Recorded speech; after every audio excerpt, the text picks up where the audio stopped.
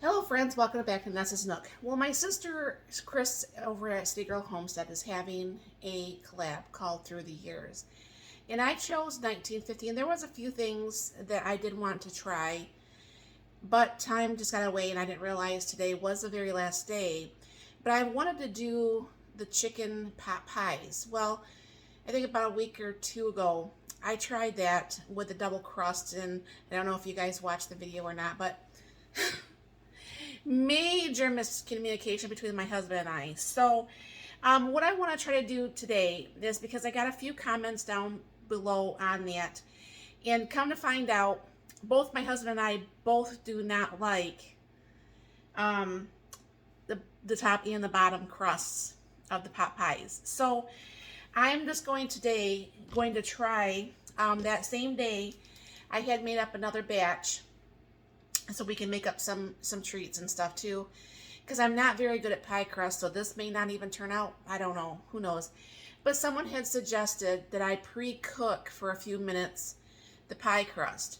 So I have them out. I've had them thawed out all day, and hopefully this will work, and it'll be a good dinner, I hope. If not, it's gonna be sandwiches or something, I don't know.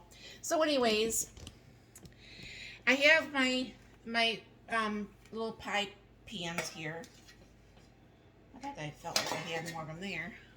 All right, that felt a little bit heavier than this one. So what I did is I have these here, and I had taken them, and I had taken the tortilla maker. I'll tag that video in here when I get done with all this. So what I'm going to try to do is try to make this crust as nice as I can and not really waste any of it. It'll just, because like I said, it's not going to be top and bottom crust, and this is still a little bit thicker than I would probably want for myself, but at the same time you're going to want something to hold your pot pie together. So I'm hoping this is going to be like a good thing. So what I'm going to do is get out a fork still, and I'll fork that in the few places, because I'm going to throw this. I already have my June already on preheat. Alright, so that one was, the crust was a little bit bigger than this crust. Even though I did it in the tortilla maker, you would think it'd be the exact same size crust, but clearly it was not. So what I'm going to be doing is tucking this down like I did that first one. This one you don't have to tuck down as bad because it was actually a little bit smaller. So I'll take that big piece that was right there.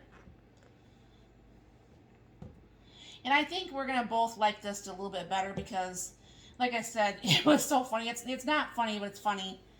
You've been with someone for 21 years, and you think you know almost everything about them, and because we don't make our food voice as loud as maybe we should, there's been some major miscommunications about our foods that we thought each other likes, and kind of find out neither of us like it.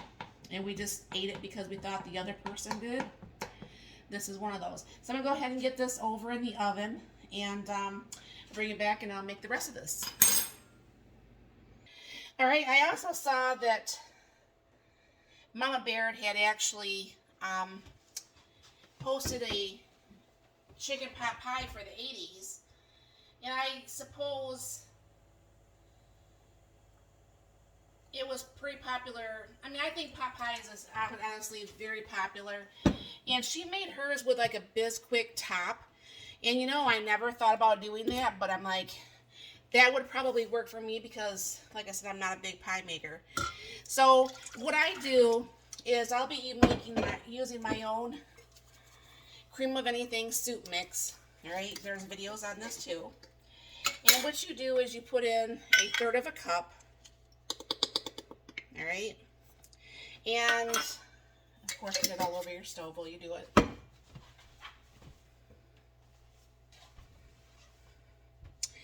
And anybody knows that's been watching me knows that I use my little whirligig here. So I kind of break this up just a little bit. And then I go ahead and just whirl this up. And what happens is, I know people like,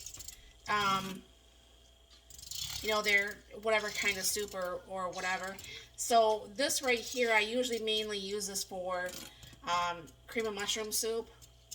But this is actually going to be pretty much cream of chicken soup today. This does actually have broth and stuff in here. And I am going to throw in a little bit of my homemade onion soup mix because I just really love the flavor. And it's going to help give the meal a little bit more of a flavor too. And give that a little bit of a whirl. Now, because I did actually use the boiling hot water from my sink, this is going to come together in hardly no time at all. But because my mixed vegetables does not have any celery, I'm going to put a little bit of freeze-dried celery in there. And because the mixed vegetable does not have any onions, I love onions in my pot pie. Alright. And so what I'm going to do is I'm going to bring this up, get this cooking here. This is going to take, like I said, no time whatsoever. And this is going to obviously make a big mess all over my stove. This is going to come together pretty quick. And I'll be mixing my own home canned chicken with this, which I'll get out here in just a second. Sometimes you think you're all prepared and you think you have everything out and you're really wrong. So this is what the chicken looks like before I stir this up. And all you gotta do is just pretty much break this up. It's very, very nice and tender. I don't care for the store-bought canned chicken. I know my daughter, she likes it. She doesn't really eat any of my canned good or freeze-dried stuff, which I don't understand. But, you know, she is who she is, and I can't change that. So, alright. Then I'm going to go ahead and keep stirring this here. And I'm going to go ahead, and you can see that's already getting really nice and thick. I'm going to go ahead and throw my chicken in here. Make sure that's all nice and broke up as much as possible. I'm going to have to get around and actually heat up some more chicken here pretty soon. And then I'll give that a stir. You can see how nice and thick that soup base comes out. And I'm going to go ahead and just throw in my can of mixed vegetables. And I'll just go ahead and let this cook for a little bit here. And what I'll be doing is I'll be adding this to the pot pie bottoms. And we'll be going ahead and throwing this in the oven here. But I'm going to go ahead and turn this off right now. This actually stays warm going for a couple minutes. And you can see the chicken in there. You can see everything all nice in there. And I'll be right back. Okay, I did cook these for about like 10 minutes. It's not all the way cooked through, but I don't think I want to have it all the way cooked because this has got to bake together. So I'm going to go ahead and just spoon some of this actually in each pie crust. Fill that pretty full because I don't have to worry about it spilling over as far as underneath the top one because there's no top crust. Or there won't be a top crust. Alright. Just like last time, there's a little bit left over. And we could just put that in there after we take out a few bites. I'm going to go ahead and get this in the June. We'll get this baked up, and I'll be right back. So friends, this is the two pies. And it looks very well, nicely baked. The sides are looking nice. I mean, the June oven doesn't brown like a regular oven on most things. I don't know why, because it's an air fryer. But this is looking really, really good. I mean, so I guess we don't have to have sandwiches tonight. So, the thing is, there's going to be a playlist down at the bottom, or I'm going to tag a playlist, and check out everybody's videos that has made videos throughout the month.